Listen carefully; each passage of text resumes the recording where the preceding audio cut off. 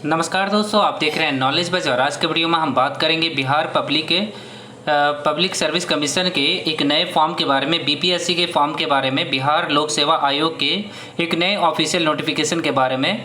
अगर आप पे ग्रेजुएट हो चुके हैं तो ये जो वीडियो है ये आपके लिए है, क्योंकि इसमें सभी ग्रेजुएट कैंडिडेट अप्लाई कर सकते हैं और बहुत वैकेंसी निकला हुआ है। कुल मिला के लगभग 600 के आसपास है वैकेंसी यहाँ निकला हुआ है। देख सकते हैं टोटल जो वैकेंसी है यहाँ पे 700 के आसपास वैकेंसी है।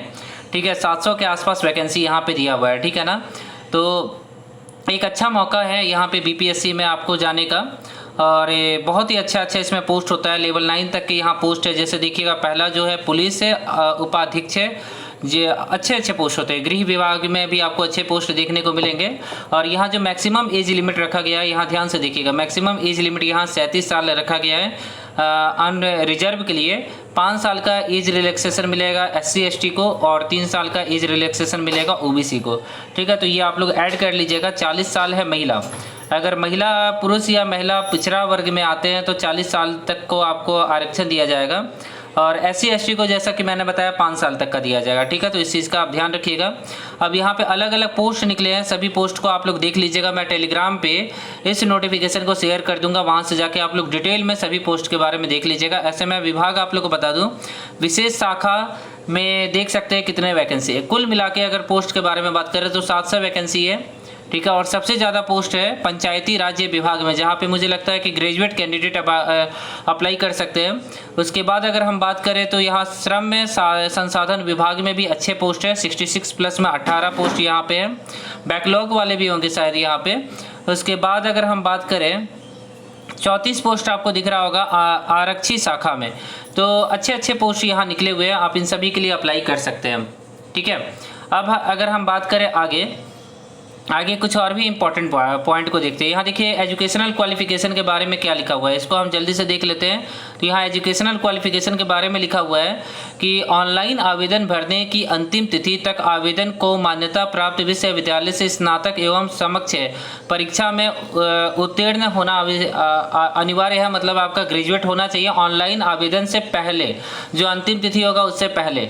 ऑनलाइन आवेदन भरते समय ऑनलाइन आवेदन पत्र में विहित कॉलम में स्नातक या उसके जो इक्विवेलेंट डिग्री होगा उसको आपको देना होगा। ठीक है ना, तो ये बहुत ही अच्छा ग्रेजुएट कैंडिडेट के लिए बहुत ही अच्छा मौका है। आरक्षण उन्हीं को मिलेगा जो कि बिहार के कैंडिडेट है, बिहार के अस्थायी निवासी है।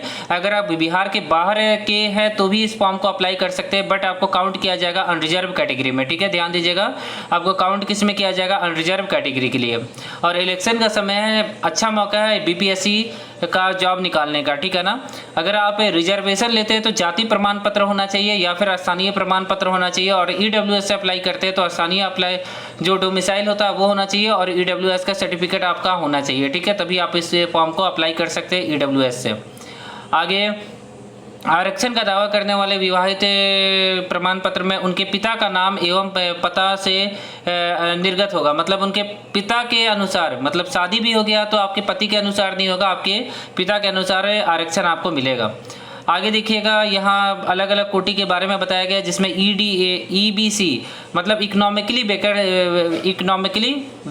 ये जो इकोनॉमिकली बैकवर्ड क्लास होता है ना, जो गरीब आदमी होते हैं जिनका इनकम 50-60 हज़ार से नीचे होता है, उनको रखा जाता है। ठीक है, बाकी सब के बारे में आप जानते होंगे। बैकवर्ड क्लास आप लोग OBC के नाम से जानते होंगे। ठीक है, उसके बाद अगर हम बात करें आगे कुछ और भी पॉइंट को देख लेते हैं। उम्र सीमा के बारे में मैंने बता दिया कि उम्र सीमा कम से कम 20 साल होना चाहिए, 20 साल कम से कम होना चाहिए।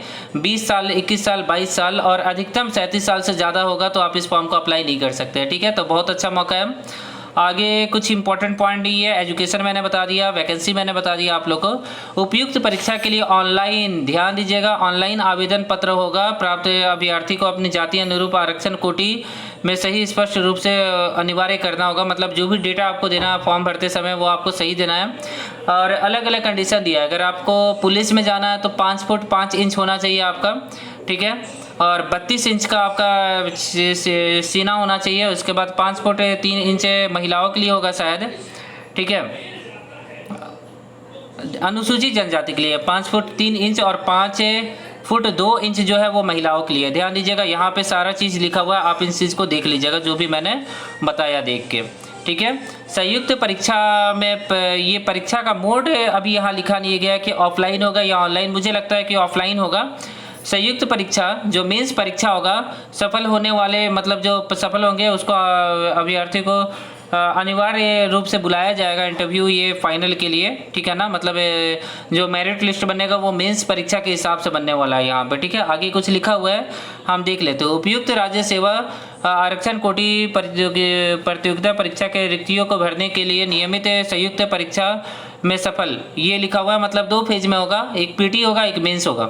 मेंस में अगर आप सफल होते हैं तभी यहाँ पे को जॉब दिया जाएगा। सामान्य कैटेगरी के लिए यहाँ देखिएगा 600 रुपये लगेगा एप्लीकेशन फ़ी, और अगर आप रिजर्वेशन लेते हैं तो आपको लगेगा 150 रुपये, जिसमें देखिएगा SC ST को शामिल किया गया, ठीक है। दिव्यांग को 40% के लिए 150 रुपये लगेगा और सभी उम्मीदवार को 600 रुपये देने होंगे, ठीक है। तो इस चीज़ को ध्यान दीजिएगा। ऑनलाइन आपको ऑनलाइन पेमेंट करना है। प्रारंभिक परीक्षा के बारे में मतलब पीटी के बारे में लिखा हुआ है यहाँ पे। प्रारंभिक परीक्षा में सामान्य अध्ययन का विषय होगा जिसके सभी प्रश्न वस्तुनिष्ठ होंगे, मतलब ऑब्जेक्टिव होंगे, और 2 घंटे में 150 क्वेश्चन आपको बनाना है, तो बहुत ज़्यादा टाइम आपको मिलेगा यहाँ पे, ठीक है। तो बहुत इंपॉर्टेंट ये एग्ज़ाम है।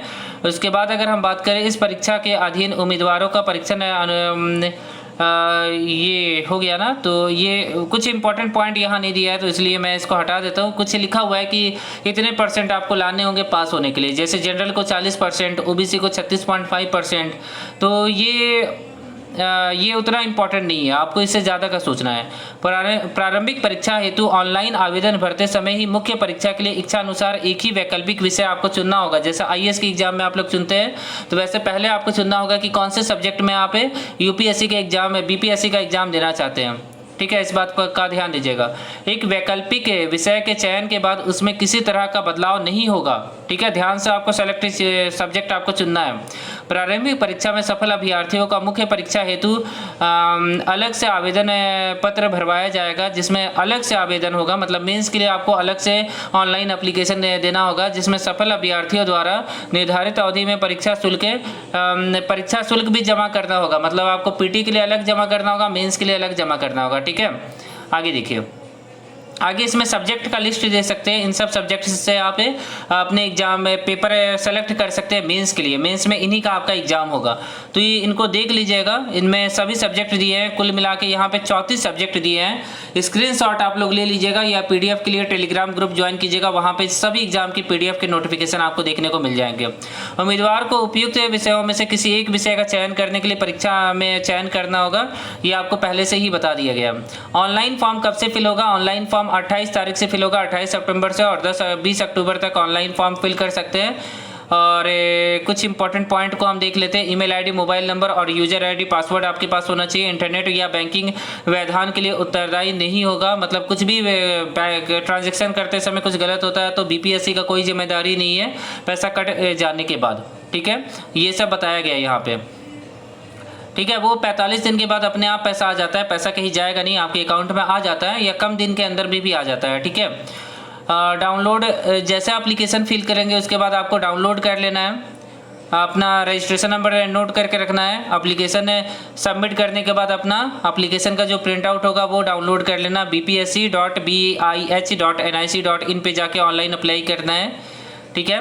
तो ये जो नोटिस आया आज ही के डेट में आया, 16/9/2020 की डेट में आया, तो बहुत इंपॉर्टेंट अपडेट है ये। और यहाँ नीचे सिलेबस के बारे में आपको जानकारी इस वेबसाइट पे मिल जाएगा, तो सिलेबस पे मैं अलग से वीडियो बना दूंगा अगर आप लोग को चाहिए होगा तो। फिलहाल इस वीडियो को यहीं पे ख़त्म करते हैं। आशा करता हूँ कि आज का दिन आप लोग का काफ़ी अच्छा रहे। अगले वीडियो में फिर से मिलते हैं। Thank you.